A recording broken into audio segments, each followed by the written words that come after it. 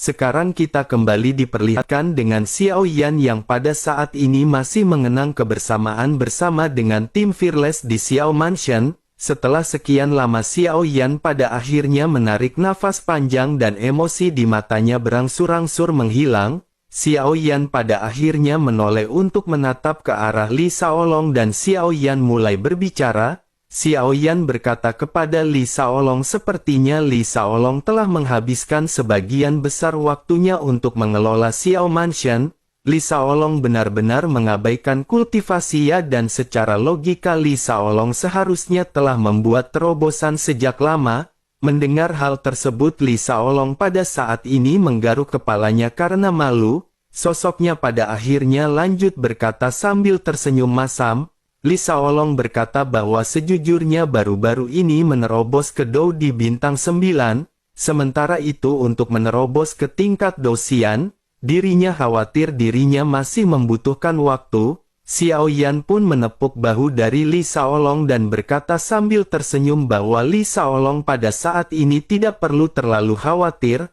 Menanggapi hal tersebut Li Shaolong pada saat ini lihat penuh tekad dan berkata kepada Xiao Yan. Li Shaolong menjelaskan bahwa jika Li Shaolong diizinkan sejujurnya dirinya ingin bertempur berdampingan dengan Tuan Muda Xiao Yan. Harus dikatakan bahwa selama menjalani kehidupan yang nyaman dirinya benar-benar merasa bosan. Mendengar apa yang dikatakan oleh Li Shaolong, Xiao Yan segera berkata bahwa Li Shaolong tidak perlu ikut dengan Xiao Yan. Namun meskipun begitu Li Shaolong bisa mencoba untuk menghentikan manajemen dari Xiao Mansion dan keluar dari kota Juxi. Benua Dodi ini juga sangat besar dan masih memiliki banyak tantangan. Selain itu setidaknya tempat ini ribuan kali lebih aman daripada di dunia luar. Li Shaolong pun hanya mengangguk dan tidak membantah apa yang pada saat ini dikatakan oleh Xiao Yan. Bersamaan dengan hal tersebut pada saat ini terdengar langkah kaki yang tergesa-gesa datang dari kejauhan. Xiao Yan pun seketika menoleh dan sosok ini adalah sosok dari Qian Lao. Qian Lao pada saat ini langsung menangkupkan tangannya ke arah Xiao Yan dan Xiao Yan sedikit mengangguk. Xiao Yan pada saat ini menyadari bahwa mereka pasti telah memberikan kontribusi besar kepada perkembangan pesat dari benua Dodi. Xiao Yan pun tersenyum dan segera mengucapkan terima kasih kepada mereka karena telah melindungi benua Dodi selama Xiao Yan tidak ada. Xiao Yan tidak memiliki imbalan apapun tetapi Xiao Yan telah menyiapkan beberapa harta karun selama bertahun-tahun. Oleh karena itu hanya harta seperti inilah yang bisa diberikan oleh Xiao Yan kepada mereka semua. Xiao Yan pun segera mengangkat tangannya dan pada saat ini banyak senjata armor dan ramuan yang tidak terhitung jumlahnya bergeletak di hadapan semua orang. Hal-hal ini sudah tidak lagi berguna bagi Xiao Yan tetapi bagi orang-orang yang berada di tingkat Dodi dan Douxian. Tentu saja harta ini dapat dikatakan merupakan harta terbaik. Hal ini juga pada akhirnya membuat semua orang pada saat ini memandang ke arah Xiao Yan dengan lebih kagum. Sementara itu di sisi lain Qian Lao pada saat ini kembali berterima kasih kepada Xiao Yan. Sosoknya lanjut berkata karena Tuan Xiao Yan pada saat ini telah kembali oleh karena itu secara alami akan diserahkan kepada pengaturan dari Tuan Muda Xiao Yan. Di bawah kepemimpinan dari Tuan Muda Xiao Yan benua Dodi pada saat berikutnya benar-benar akan menjadi lebih makmur. Mendengar hal tersebut Xiao Yan pada saat ini hanya sedikit tersenyum. Bersamaan dengan hal itu Xiao Yan juga teringat para penjaga di kota Juxi yang sangat ketat ketika pertama kali Xiao Yan bertemu. Xiao Yan pada akhirnya menganggukkan kepalanya dan berkata bahwa Xiao Yan benar-benar tidak bisa mengurusi hal seperti ini. Jika berkaitan dengan manajemen seperti itu Xiao Yan mungkin tidak akan sebaikan Qian Lao. Namun pada saat ini Xiao Yan sejujurnya ingin tahu apakah mereka pernah menemukan keberadaan orang-orang dari alam Dewa Darah. Qian Lao pada akhirnya menjelaskan bahwa alam Dewa Darah tidak pernah datang kembali ke benua Dodi, tetapi pada saat sebelumnya ada bahtera yang telah muncul. Bahtera ini berbeda dengan bahtera yang dimiliki oleh orang-orang dari alam Dewa Darah. mereka juga tidak melancarkan serangan terhadap orang-orang di benua Doudi. Namun meskipun begitu mereka telah mencuri sejumlah besar sumber daya di Lautan Emas. Mendengar hal tersebut Xiao Yan pun mengerutkan kening dan hal tersebut membuat Qian Lao pada saat ini panik. Sosoknya pada akhirnya kembali berkata kepada Xiao Yan bahwa dirinya berharap Tuan akan memaafkan Qian Lao. Sejujurnya demi solusi jangka panjang Qian Lao memilih untuk bersabar sehingga tidak adanya perang. Qian Lao pada saat ini benar-benar mengeluarkan keringat dingin dan dirinya benar-benar takut dihukum oleh Xiao Yan. Sementara itu Xiao Yan pada akhirnya memandang ke arah Qian Lao yang terlihat sedikit gugup. Xiao Yan pun lanjut berkata dengan lembut bahwa Qian Lao pada saat ini tidak perlu menyalahkan dirinya sendiri. Terlebih lagi kesabaran memang merupakan pilihan yang lebih baik di dalam situasi yang seperti itu. Selain itu jika seseorang telah merampok energi dari benua Doudi maka pada saat ini mereka hanya perlu merampoknya kembali.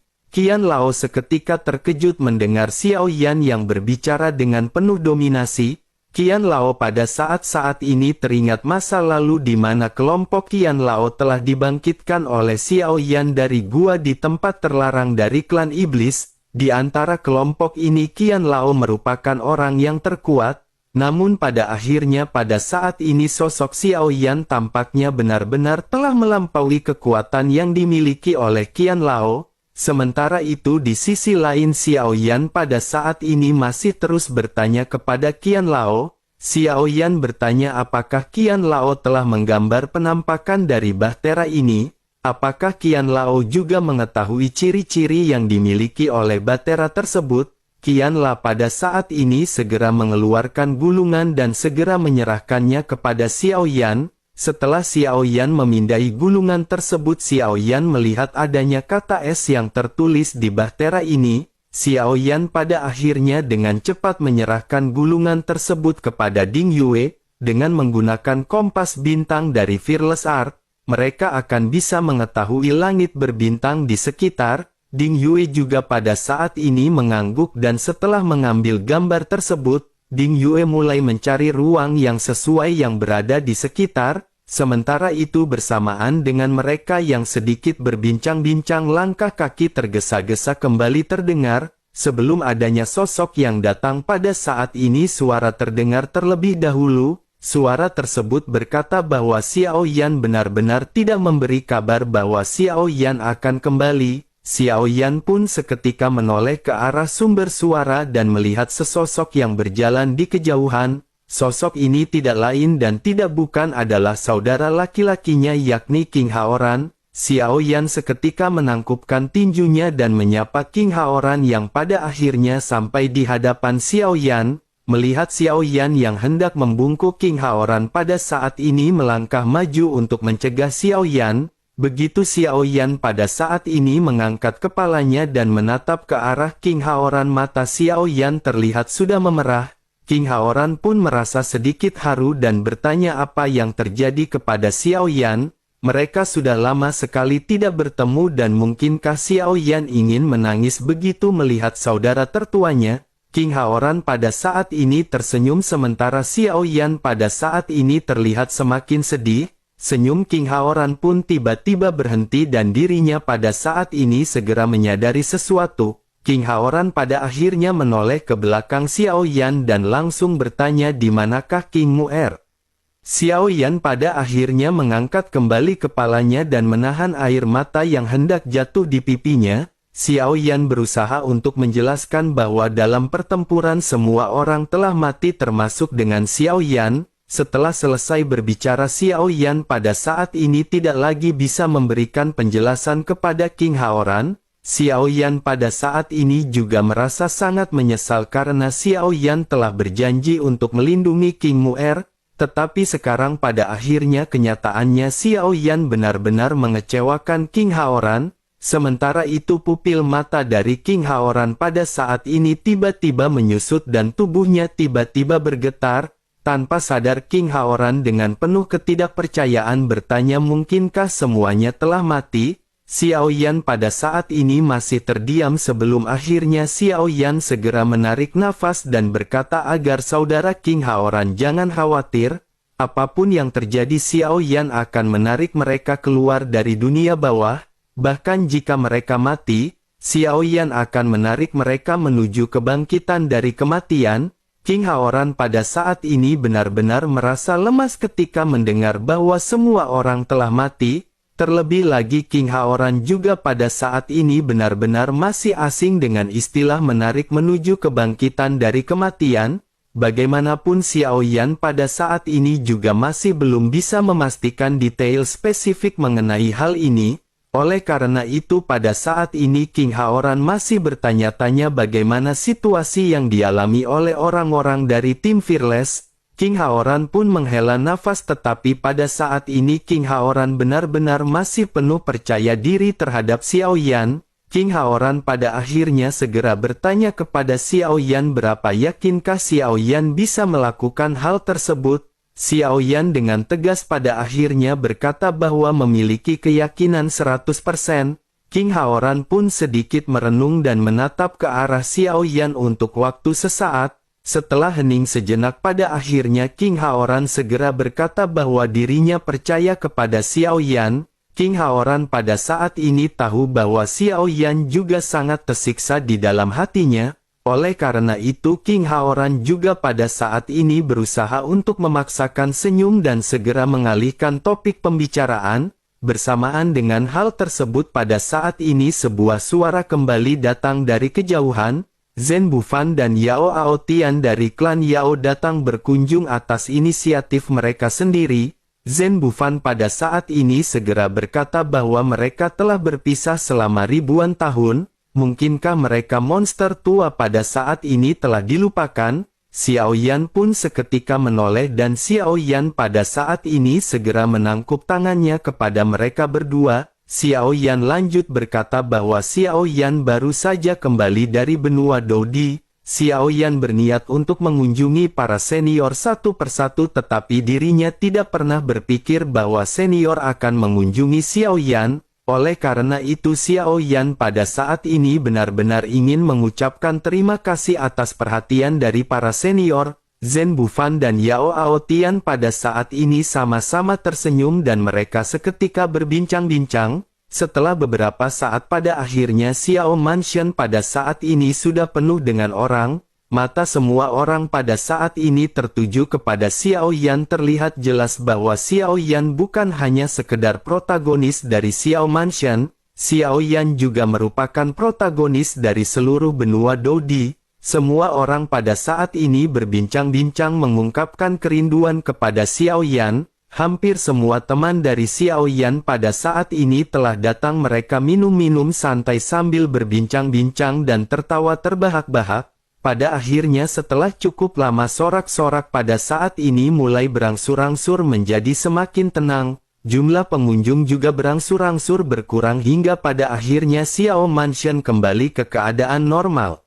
Xiao Yan juga pada saat ini menghela nafas sebelum akhirnya Xiao Yan pada saat ini segera menyadari sesuatu. Semenjak Xiao Yan datang ke B2 Dodi dan ke Xiao Mansion, Xiao Yan masih belum menemukan keberadaan dari Yao Lao. Xiao Yan pada akhirnya bergumam sepertinya semua orang telah berada di sini bersama dengan Xiao Yan. Tetapi mengapa pada saat sebelumnya Xiao Yan benar-benar masih belum bisa melihat gurunya? Setelah selesai berbicara Xiao Yan pun berniat untuk pergi. Melihat hal tersebut Li Shaolong pun segera bertanya kemanakah Tuan Muda Xiao Yan akan pergi. Xiao Yan segera menjelaskan bahwa Xiao Yan pada saat ini ingin mencari gurunya.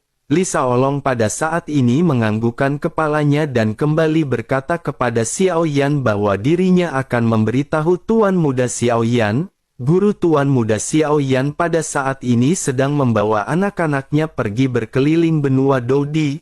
Dirinya telah melakukan hal ini beberapa dekade yang lalu dan masih belum diketahui kapankah akan kembali. Mendengar hal tersebut Xiao Yan pada saat ini benar-benar terkejut. Xiao Yan menatap ke arah Li Shaolong dengan heran sebelum akhirnya tanpa sadar bergumam, mungkinkah lelaki tua itu memiliki anak? Xiao Yan yang selalu tenang pada saat ini benar-benar langsung berteriak keras dipenuhi keterkejutan. Sementara itu Li Shaolong juga pada saat ini sedikit tersenyum dan menganggukkan kepalanya, melihat ekspresi terkejut yang bercampur dengan senang di wajah Xiao Yan. Li Shaolong pada akhirnya kembali mulai berbicara. Li Shaolong berkata bahwa Tuan Yao Lao memiliki seorang putra dan putri. Xiao Yan kembali terkejut sebelum akhir menggelengkan kepalanya dan berkata bahwa dirinya benar-benar tidak menyangka orang tua itu akan bisa melakukan hal ini. Xiao Yan pada akhirnya menghela nafas dan lanjut berkata jika begitu permasalahannya maka Xiao Yan tidak akan mengganggu gurunya untuk saat ini. Sepertinya sudah waktunya bagi Xiao Yan untuk mencari keberadaan dari istri Xiao Yan. Menghadapi situasi seperti ini Li Shaolong pada akhirnya tidak bisa terus mengikuti Xiao Yan dan hanya menyaksikan Xiao Yan yang pergi. Xiao Yan pada akhirnya berubah menjadi kepulan asap sebelum akhirnya langsung menghilang di hadapan semua orang. Xiao Yan berpikir bahwa Xiao Qi telah menjadi murid dari Xiao Wutian. Oleh karena itu untuk menemukan Xiao Qi, maka Xiao Yan harus menemukan keberadaan Xiao Wutian terlebih dahulu. Pada akhirnya Xiao Yan segera mengunjungi Xiao Wutian di sebuah paviliun yang tampak terlihat tenang. Xiao Wutian yang pada saat ini sedang santai juga segera menyadari keberadaan Xiao Yan dan seketika menoleh. Xiao Wutian sedikit heran dan berkata kepada Xiao Yan mengapa Xiao Yan datang begitu cepat untuk menemuinya. Xiao Yan pun menggaruk kepalanya sebelum akhirnya Xiao Yan segera mengutarakan maksud dan tujuannya. Xiao Yan sedikit berbasa-basi dan berkata bahwa sepertinya senior Xiao Wutian terlihat sangat sibuk. Oleh karena itu sebaiknya Xiao Yan pada saat ini bertemu dengan Xiao Qi dan Xiao Yan ingin tahu keberadaan dari Xiao Qi. Mendengar apa yang dikatakan oleh Xiao Yan, Xiao Wutian pada saat ini menghela nafas dan menggelengkan kepalanya. Xiao Wutian lanjut berkata bahwa dirinya heran mengapa angin membawa Xiao Yan ke sini begitu cepat. Ternyata Xiao Yan di sini hanya untuk menemukan cinta sejatinya. Xiao Qi pada saat ini berada di ujung utara dari benua Dodi. Tugas yang diberikan kepadanya kali ini adalah memusnahkan beberapa orang. Mereka adalah 10 penjahat teratas dan dirinya tidak tahu bagaimana situasi yang pada saat ini dialami oleh Xiao Qi. Namun karena Xiao Yan datang tepat pada waktunya sebaiknya Xiao Yan pada saat ini bergegas pergi. Xiao Yan pun berhenti banyak basa-basi sebelum akhirnya menangkupkan tangannya dan Xiao Yan kembali menghilang. Xiao Yan pada saat ini teringat sosok Xiao Qi yang selalu menjadi gadis dengan temperamen yang relatif lembut. Xiao Yan pada saat ini benar-benar tidak menyangka bahwa Xiao Qi akan menjalankan misi seperti ini dari Xiao Wutian. Sementara itu di sisi lain pada saat ini di sebelah utara dari benua Dodi di tempat yang tertutup es, terlihat belasan sosok yang pada saat ini tampak sedang mencari keberadaan dari seseorang. Salah seorang di antara mereka pun segera memerintahkan agar mereka segera menemukan gadis tersebut. Gadis ini tidak akan bisa lari jauh karena dirinya telah melukainya. Seharusnya dirinya pada saat ini sedang mencari tempat untuk bisa memulihkan diri dari luka-lukanya. Belasan sosok pada akhirnya mengangguk dan pada saat ini mereka segera bergegas melakukan pencarian. Setelah beberapa saat pada akhirnya mereka pada saat ini berhasil menemukan dari sosok yang mereka cari. Sosok ini merupakan seorang wanita dengan rambut berwarna keperakan. Wanita ini tampak terlihat lemah melihat kemunculan dari sosok-sosok yang mengelilinginya. Pemimpin dari kelompok ini pada saat ini segera berkata sebaiknya si wanita pada saat ini mengalah kepadanya. Dirinya yang bernama Aleng memiliki reputasi di negerinya yang bersalju dan sebaiknya dirinya menyerah serta mengikutinya. Menanggapi hal tersebut wanita ini pun sedikit terdiam dan tidak menanggapi perkataan pria bernama Aleng. Melihat sosok wanita yang pada saat ini sama sekali tidak menanggapinya, pria bernama Aleng pun seketika menjadi semakin marah. Namun meskipun begitu dirinya benar-benar dipenuhi dengan tatapan penuh nafsu ketika melihat ke arah wanita tersebut. sosoknya segera memerintahkan prajuritnya untuk menangkap wanita ini. Mereka harus sebisa mungkin tidak melukai wanita ini. Sosok-sosok itu pun seketika mengangguk dan segera melesat mengikuti perintah dari Aleng. Sementara itu di sisi lain wanita berambut perak pada saat ini menggenggam erat pedang di tangannya. Saat berikutnya dirinya siap menyerang ke arah semua orang, tetapi begitu dirinya mengangkat tangannya, sebuah tangan pada saat ini terulur entah dari mana. Wanita berambut perak ini pun seketika terkejut dan menatap ke arah sosok yang baru saja muncul di sampingnya. Sementara itu sosok-sosok yang saat ini bergegas ke arah wanita tersebut seketika hanya bisa terdiam. Namun beberapa saat kemudian mereka benar-benar dihancurkan, bahkan tanpa terdengar suara teriakan. Belasan orang ini menghilang begitu saja dan hanya menyisakan seorang pria kurus bernama Aleng. Sementara itu pada saat ini sosok yang baru saja muncul di sebelah wanita berambut perak segera tersenyum dan mulai berbicara. Sosok tersebut berkata bahwa gaya dari Xiaoqi benar-benar sedikit berubah. Jika aura Xiaoqi juga berubah, maka suaminya ini benar-benar tidak akan bisa menemukan keberadaan Xiaoqi. Xiaoqi pada saat ini dipenuhi dengan keterkejutan setelah menatap ke arah sosok yang baru saja muncul yang ternyata adalah Xiaoyan. Xiaoyan pada saat sebelumnya telah merobek kehampaan dan tiba di tempat Xiaoqi berada dengan sangat cepat. Xiaoyan pada saat ini menatap ke arah Xiaoqi yang terkejut dan Xiaoyan benar-benar merasakan perasaan melankolis. Ini adalah salah satu istri Xiaoyan yang dapat dikatakan memiliki kekuatan terlemah di antara para istrinya. Xiaoyan pada saat ini dengan lembut membelai kening Xiaoqi dengan jari-jarinya. Memperhatikan rambut dari Xiaoqi, Xiaoyan pada saat ini bertanya mengapa warna rambut Xiaoqi berubah. Sementara itu Xiaoqi yang tertegun pada saat ini segera tersadar dan segera tanpa basa-basi melemparkan dirinya ke dalam pelukan Xiaoyan. Xiaoyan juga pada saat ini sedikit terkejut sebelum akhirnya Xiaoyan segera mengulurkan tangannya dan memeluk erat Xiaoqi. Sementara itu di kejauhan pria kurus yang pada saat sebelumnya penuh nafsu pada saat ini terlihat bersiap untuk melarikan diri. Xiaoyan yang menyadari hal tersebut juga pada saat ini segera berkata kepada Xiaoqi apakah Xiaoqi akan membunuh orang ini ataukah Xiaoyan yang akan melakukan tindakan. Mendengar hal tersebut Xiaoqi pun segera berkata kepada Xiaoyan bahwa dirinya akan menyelesaikan permasalahan ini. Xiaoqi pun segera menggerakkan tubuhnya dan saat bersamaan pria yang bernama Aleng yang telah melesat pada saat ini mengeluarkan teriakan di kejauhan. Dengan cahaya pedang yang dilesatkan oleh Xiaoqi pada saat ini kepala dari sosok tersebut benar-benar terpotong. Xiaoqi pada akhirnya segera menghela nafas dan berkata bahwa ini adalah misi yang diberikan kepadanya oleh guru. Pria itu merupakan yang terakhir oleh karena itu dapat dikatakan bahwa misi dari Xiaoqi telah selesai. Mendengar hal tersebut Xiaoyan pun pada saat ini tersenyum. Xiaoyan lanjut berkata bahwa Qi-Er benar-benar telah menjadi lebih kuat, ilmu pedangnya juga benar-benar terlihat cukup bagus, kekuatannya juga telah menembus Dosian bintang 2 dan ini benar-benar sangat lumayan, sepertinya leluhur Xiao Wutian benar-benar agak berguna.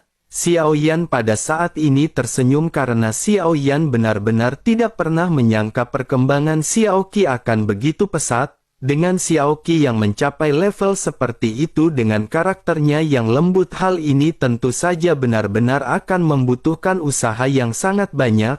Meskipun bakat Xiaoqi tidak buruk tetapi hal ini juga tidak berarti luar biasa, karena sudah mampu menerobos ke Dosian saja benar-benar sudah di luar dugaan dari Xiaoyan. Sementara itu Xiaoqi pada saat-saat ini segera mulai berbicara kepada Xiaoyan. Xiaoqi berkata bahwa kekuatannya pada saat ini memang telah meningkat, namun meskipun begitu bukankah hal ini saja masih belum cukup? Xiaoyan pun terdiam sejenak setelah mendengar apa yang baru saja dikatakan oleh Xiaoqi. Xiaoyan pada saat ini lanjut berkata bahwa Xiaoqi tahu apa yang berada di pikiran Xiaoyan. Xiaoyan benar-benar hanya ingin semua orang bisa hidup dengan aman. Xiao Qi pada saat ini hanya bisa menghela nafas mendengar apa yang baru saja dikatakan oleh Xiao Yan. Namun bersamaan dengan hal tersebut Xiao Qi yang merupakan gadis yang sangat perhatian dan selalu sensitif tiba-tiba sosoknya bisa merasakan emosi batin di dalam hati Xiao Yan setelah mendengar nada suaranya. Xiao Qi pun mengangkat kepalanya dan menatap ke arah Xiao Yan dengan serius sebelum akhirnya bertanya apakah yang telah terjadi dengan semuanya. Xiao Yan sedikit terdiam dan Xiao Yan pada saat ini tidak ingin mengatakan yang sebenarnya kepada Xiao Qi. Sementara itu tubuh Xiao Qi pada saat ini sedikit gemetar karena Xiao Qi telah bisa menyadari hal ini. Dengan suara sedikit gemetar Xiao Qi pada akhirnya segera berkata mungkinkah Mu'er dan Zenni. Tanpa menyelesaikan perkataannya Xiao Qi pada saat ini terlihat tertunduk dipenuhi dengan kesedihan. Xiao Yan memiliki total 6 istri dan semuanya benar-benar terlihat sangat akur. Oleh karena itu begitu Xiao Qi merasakan hal ini Xiao Qi benar-benar seolah-olah merasakan kehilangan. Sementara itu Xiao Yan pada saat ini segera menyadari bahwa Xiao Qi telah mengetahui semuanya. Xiao Yan pada akhirnya segera berkata bahwa Xiao Qi tidak perlu khawatir karena Xiao Yan pasti akan menemukan mereka. Xiao Qi pada saat ini hanya terdiam sementara Xiao Yan juga tidak lagi banyak berbicara. Setelah beberapa saat pada akhirnya sosok Xiao Qi segera perlahan bergumam. Xiao Qi berkata bahwa dirinya tahu ada surga di bawah gletser ini dan ada juga sumber air panas yang alami. Mungkinkah sebelum Xiao Qi bisa menyelesaikan perkataannya dua jejak rona merah tiba-tiba muncul di pipinya. Mulut Xiao Yan juga pada saat ini terangkat menjadi senyuman sebelum akhirnya Xiao Yan berkata bahwa itu juga maksud Xiao Yan. Xiao Yan pada akhirnya melingkari lengannya dengan kuat di pinggang dari Xiao Qi. Xiao Qi juga tiba-tiba mengerang dan suara ini langsung membuat amarah dan api jahat Xiao Yan meningkat. Bahkan saat ini si Johnny yang gagah perkasa pun kembali bangkit dengan cara yang sesingkat-singkatnya. Lalu setelah itu keduanya pada akhirnya tiba-tiba menghilang dan segera bergegas menuju ke tempat yang baru saja dikatakan oleh Xiao Qi. Dalam sekejap mata keduanya pada saat ini telah sampai dengan posisi yang masih tetap sama. Xiao Yan pada saat ini melihat adanya kolam di lingkungan yang sangat dingin yang terbalut dengan kristal. Gletser di sini juga menimbulkan kabut yang seketika memenuhi ruangan. Xiao Yan pun segera bergumam bahwa mereka harus berhati-hati dan jangan sampai ada orang tua yang jahat yang memata-matai mereka. Xiao Yan pun seketika melambaikan tangannya dan pada saat ini perisai penghalang yang sangat kuat seketika terbentuk. Keduanya pada saat ini benar-benar tidak bisa lagi terlihat terlebih lagi dengan kabut yang semakin lama semakin tebal. Sementara itu di suatu tempat di benua Doudi terlihat Xiao Wutian yang marah dan membanting piring. Xiao Wutian mengumpat sungguh itu adalah penghalang energi sialan. Sungguh sangat sial dirinya baru saja tiba di tempat yang indah sebelum akhirnya semuanya menghilang seperti jaringan wifi yang gangguan.